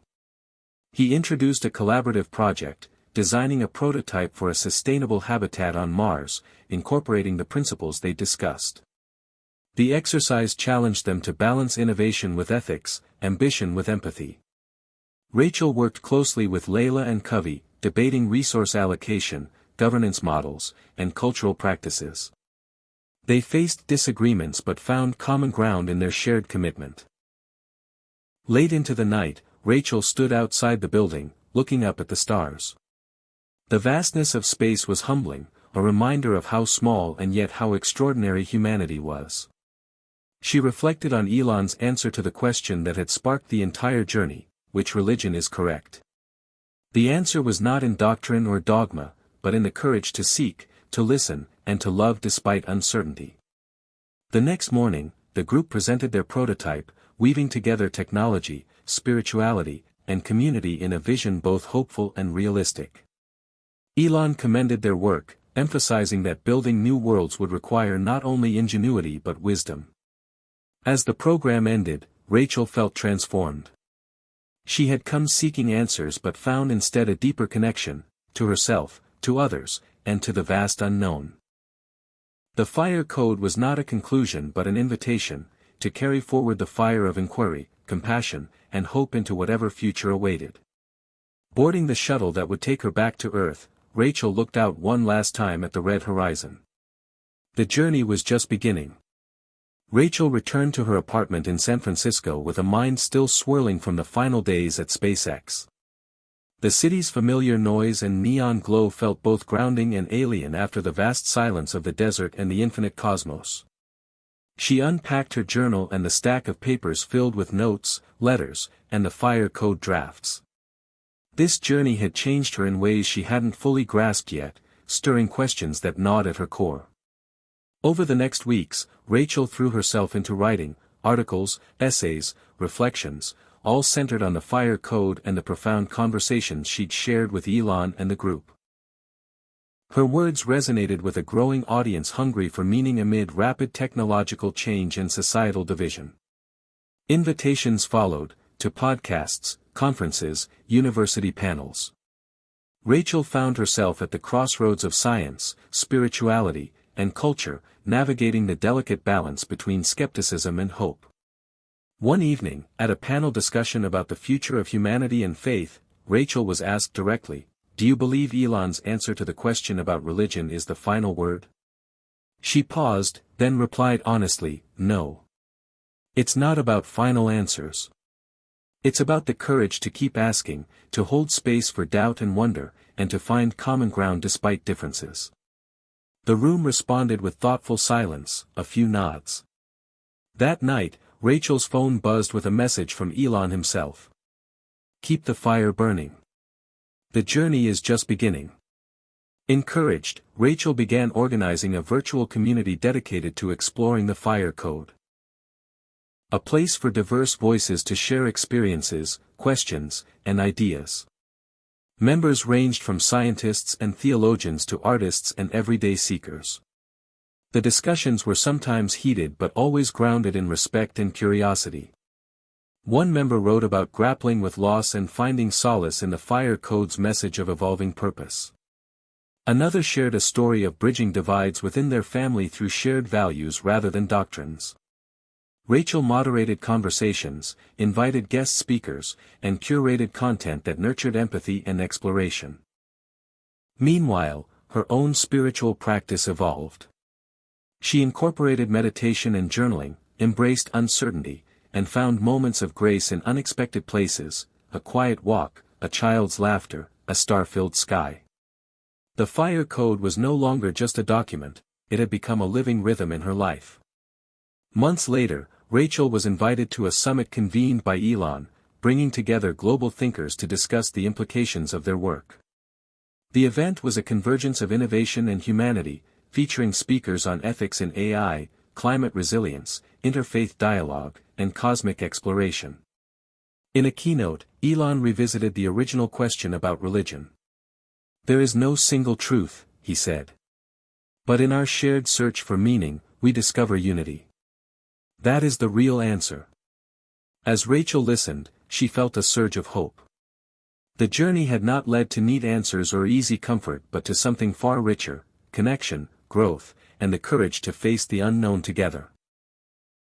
She understood now that Elon's shocking answer was not a conclusion but an invitation, to embrace complexity, to seek understanding beyond certainty, and to build a future where love and inquiry walked hand in hand.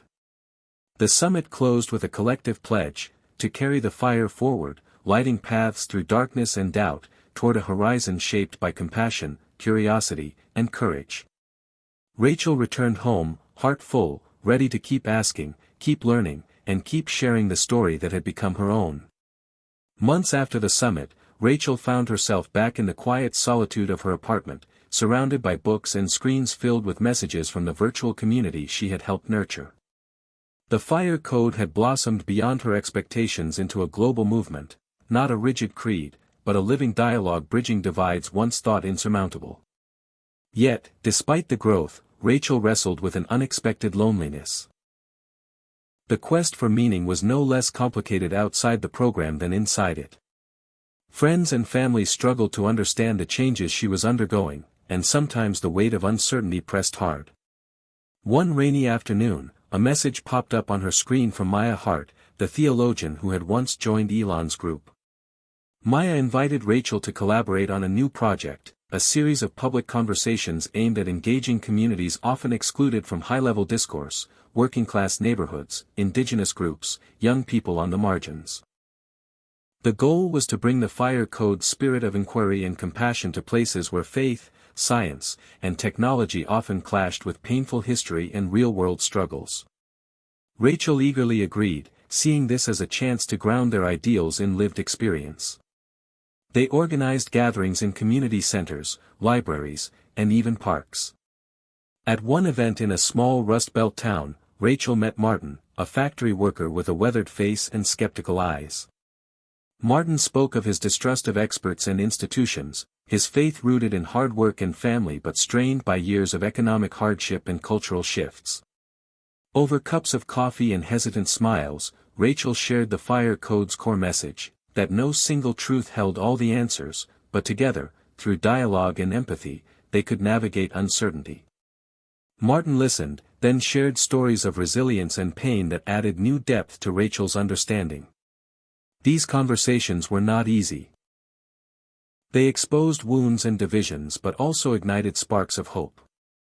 Rachel realized the Fire Code's challenge was not to provide neat solutions but to create spaces where questions could be asked without fear, where difference was a source of strength, not division. Meanwhile, technological advances continued apace, AI systems designed to support ethical decision-making, virtual reality experiences immersing people in diverse cultures and histories, environmental innovations offering new ways to heal the planet. Rachel saw how these tools, when guided by values like those in the Fire Code, could reshape humanity's trajectory. Yet the tension between progress and preservation remained delicate. One evening, as Rachel and Maya prepared for a panel discussion in a university auditorium, they reflected on their journey. Maya spoke of the paradox at the heart of faith and science, the desire for certainty in a universe defined by mystery. Rachel shared her belief that embracing uncertainty was itself an act of courage, a foundation for compassion.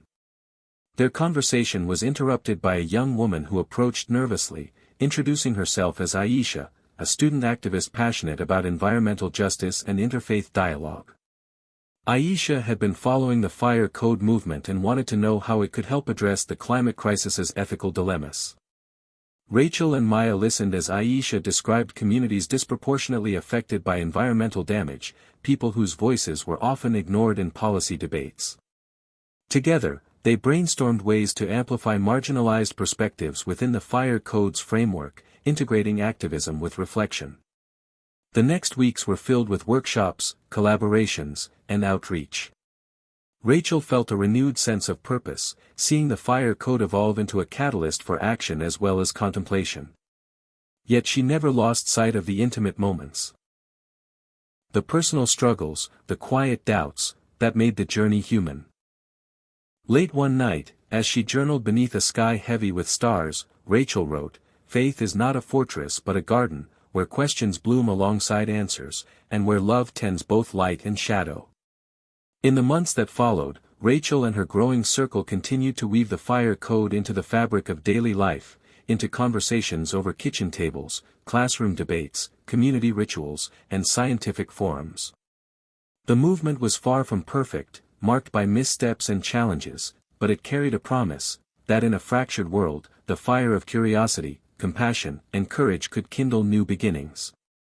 As she looked forward, Rachel knew the journey was endless, a path lit not by certainty but by the enduring human spirit to seek, to learn, and to love. Years had passed since Rachel first met Elon and embarked on the extraordinary journey that had transformed her understanding of faith, technology, and humanity's future.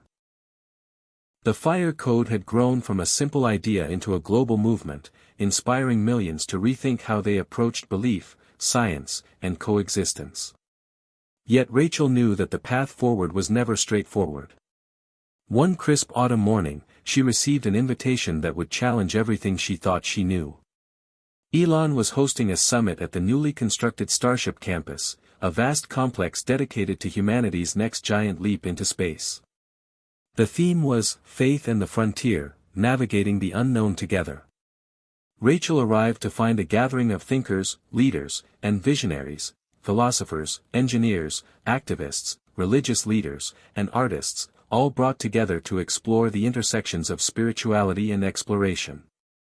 The conference hall buzzed with anticipation and diverse voices. Elon took the stage, his presence commanding attention. "We are at a threshold," he began. "The cosmos beckons, but it also reflects our own internal frontiers. The mysteries within us as well as those beyond. Today, we confront questions that transcend science and religion alone." Rachel felt a familiar stirring of hope and urgency. Panels covered topics from ethical AI to interstellar ethics, from ancient wisdom traditions to cutting-edge neuroscience. One discussion focused on the role of doubt in faith and discovery, challenging attendees to reconsider how uncertainty can be a catalyst rather than a barrier. As the summit unfolded, Rachel connected with old friends and new allies. Maya Hart presented groundbreaking research on ritual and technology, demonstrating how ancient practices could be adapted to digital spaces to foster community and meaning. Layla spoke passionately about art as a universal language that bridges cultural and spiritual divides. Covey shared advancements in AI that could support ethical decision-making in unprecedented ways. The conversations were rich, sometimes contentious, always profound. During a panel on sacred technology, Elon revealed a new project, a neural interface designed to enhance empathy and understanding across cultures and beliefs. The technology aimed to allow people to experience others' perspectives directly, breaking down barriers of misunderstanding and fear. The room was electrified by the possibilities and the ethical questions. Rachel found herself drawn into debates about privacy, consent, and the nature of consciousness. One evening, after a day filled with intense dialogue, Elon invited a small group, including Rachel, to an informal gathering at a nearby observatory. Under a dome of stars, they shared stories of personal transformation, fears, and hopes. Elon spoke candidly about his own struggles with faith and doubt, describing how the journey had humbled him and deepened his commitment to bridging divides. Rachel realized that despite his fame and intellect, Elon remained a seeker, a traveler between worlds of certainty and mystery. As the summit drew to a close, Rachel was asked to deliver a closing reflection.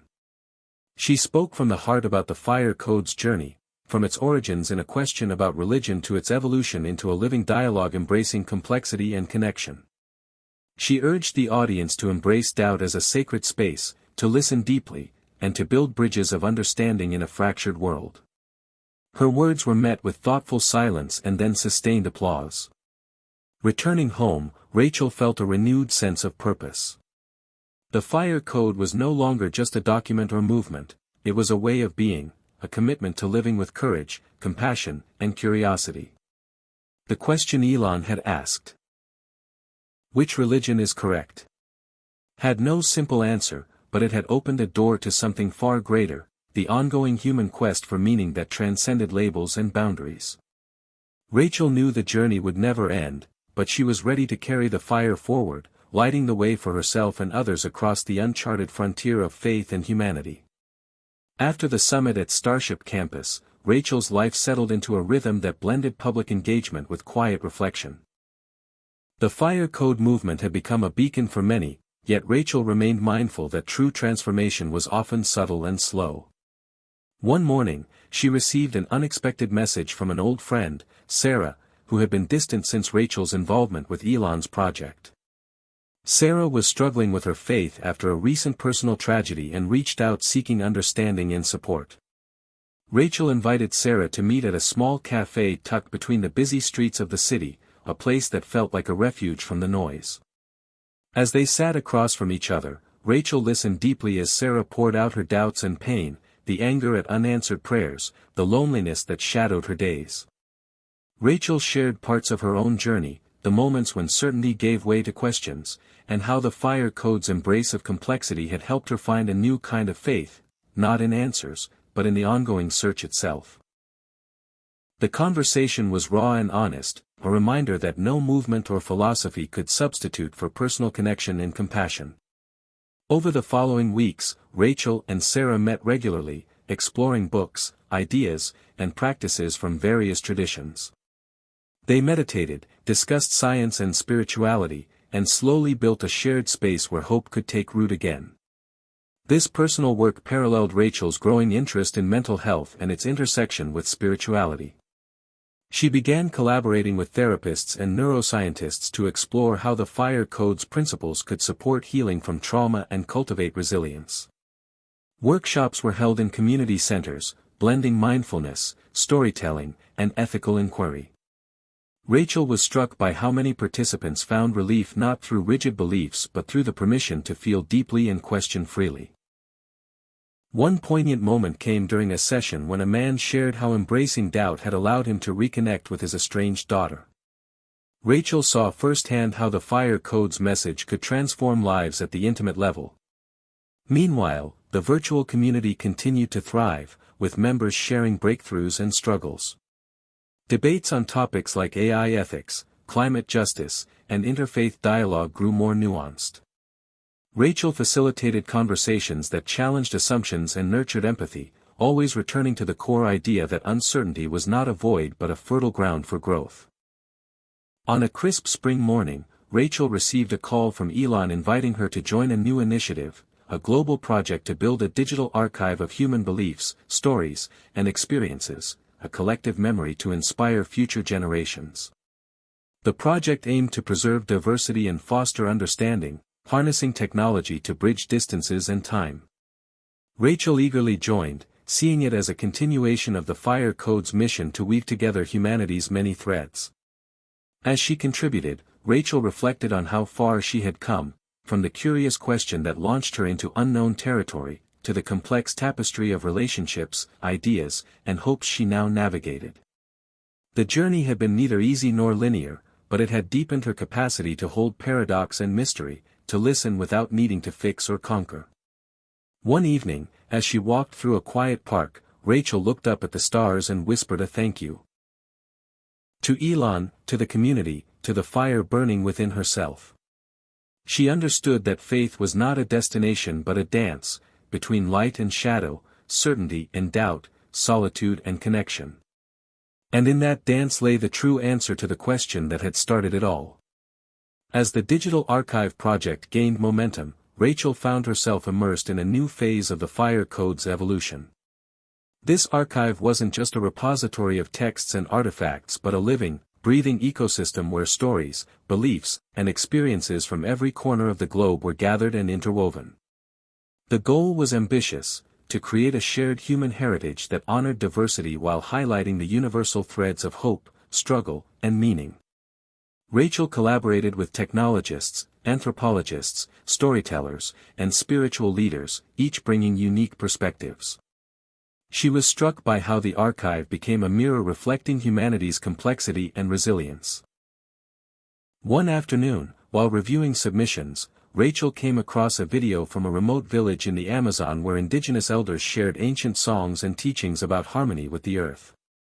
The raw beauty and wisdom moved her deeply, reminding her that the Fire Code was not just about futuristic ideas but rooted in timeless truths.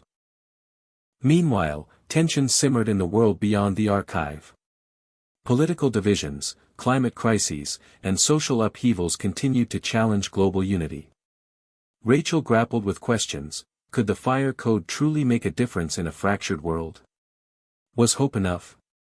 During a virtual panel, a skeptic asked pointedly, how do you reconcile the idealism of the Fire Code with the harsh realities of human conflict and suffering? Rachel responded with humility, it's not about ignoring hardship but about choosing how we respond, with compassion, curiosity, and courage. The Fire Code invites us to hold pain and possibility together. These words echoed in her mind as she traveled to a community conference in Detroit focused on rebuilding neighborhoods and fostering dialogue across divides. There, Rachel met people who embodied resilience, the activists, educators, and families working tirelessly despite systemic challenges. Conversations with them grounded her, showing that transformation often started small and slow but was no less powerful. One evening, after a particularly moving discussion, Rachel sat with Marcus, a local youth organizer, who shared his vision for a future where technology and tradition coexisted to empower marginalized voices. Inspired, Rachel invited Marcus to contribute his story to the digital archive, ensuring those on the front lines had a platform. As the archive grew, so did the Fire Code community. Stories of reconciliation, innovation, and healing poured in, each a testament to the human spirit's capacity to adapt and thrive. Rachel curated these narratives carefully, knowing that they would serve as beacons for those who came after. In quieter moments, Rachel reflected on the paradox that had shaped her journey, the tension between seeking certainty and embracing mystery. She understood now that faith was not about final answers but an ongoing dialogue. A fire that required tending, not conquest. The Fire Code was less a doctrine and more a dance between light and shadow, science and spirit, individuality and community. On the anniversary of the original question Elon had posed, which religion is correct? Rachel published an essay titled The Fire We Carry. In it, she wrote, the answer is not found in a single creed or code but in the courage to carry the fire of inquiry and love through the unknown. It is in this shared flame that we find our deepest connection and our greatest hope. The essay resonated widely, sparking conversations across continents and cultures. Rachel knew the journey was far from over. There would be new questions, challenges, and discoveries. But she was ready to walk forward with the fire in her heart, lighting the way through darkness and doubt toward a future shaped by compassion, curiosity, and courage. The day had come for Rachel to deliver the keynote at the Global Human Futures Forum, an event convened to celebrate the ongoing dialogue sparked by Elon's question years ago. The auditorium was packed with a diverse crowd, scientists and spiritual leaders, artists and activists, young dreamers and seasoned thinkers, all gathered to reflect on humanity's journey toward meaning in an uncertain age. Standing backstage, Rachel felt the weight and the wonder of the moment. She glanced at her notes but knew that what she had to say could not be fully captured in words alone. The story she had lived was a testament to something deeper, the power of asking, listening, and connecting across divides. When Rachel stepped onto the stage, the room fell silent. She began with the question that had set everything in motion: which religion is correct? The audience held their breath. Then she smiled gently and said, "The question itself is a gift, a door open to explore the infinite ways humans seek truth, love, and belonging." Rachel told the story of the fire code's birth, from a moment of curiosity sparked by Elon's shocking answer to a global movement embracing complexity, doubt, and hope. She recounted the conversations in Rust Belt towns and indigenous villages, the gatherings under starlit skies, the digital archive that wove humanity's stories into a living tapestry. Throughout, she emphasized that the fire code was never about erasing difference but about honoring it while finding common ground in our shared humanity. She spoke of faith not as certainty but as courage, the courage to live with questions, to hold tension without breaking, to build bridges where walls once stood. Rachel shared the lessons learned from personal friendships, from the moments of despair and grace that had shaped her path. Her voice carried conviction and warmth as she said, "Life is full of surprises, but love will always lead the way." As she concluded, the room erupted in applause, not just for her words but for the spirit of the journey itself. Afterward, in the quiet of her hotel room, Rachel reflected on how far she had come, from the young woman grappling with doubt to a leader inspiring others to embrace the fire within. Elon's answer had been shocking not because it was definitive, but because it shattered old assumptions and invited a new way forward. The true answer was not a destination but a living flame passed from heart to heart. In the weeks that followed, Rachel continued her work with renewed passion. The fire code's influence spread into unexpected areas: education, environmental activism, conflict resolution, touching lives in profound ways. She knew challenges would remain, that humanity's quest for meaning was eternal and ever-evolving. But the fire they carried together was resilient, a beacon through darkness and doubt. One evening, as Rachel looked out over the city lights, she felt a deep peace. The question that had launched her journey was still unanswered in the traditional sense, but it no longer needed to be. The journey itself was the answer, a testament to human curiosity, resilience, and the unyielding search for connection. She whispered into the night, "The fire is ours to keep, to share, and to pass on." And in that moment, Rachel understood that the greatest truth of all was not found in any one religion or doctrine but in the love and courage that sustained the journey forward. The story that began with a simple, shocking question had become a new beginning for countless souls seeking their own path through mystery and hope. Hit subscribe and leave a comment with where you're watching from. This story might just spark a new beginning. What's one thing that always pushes you forward, even when things get tough?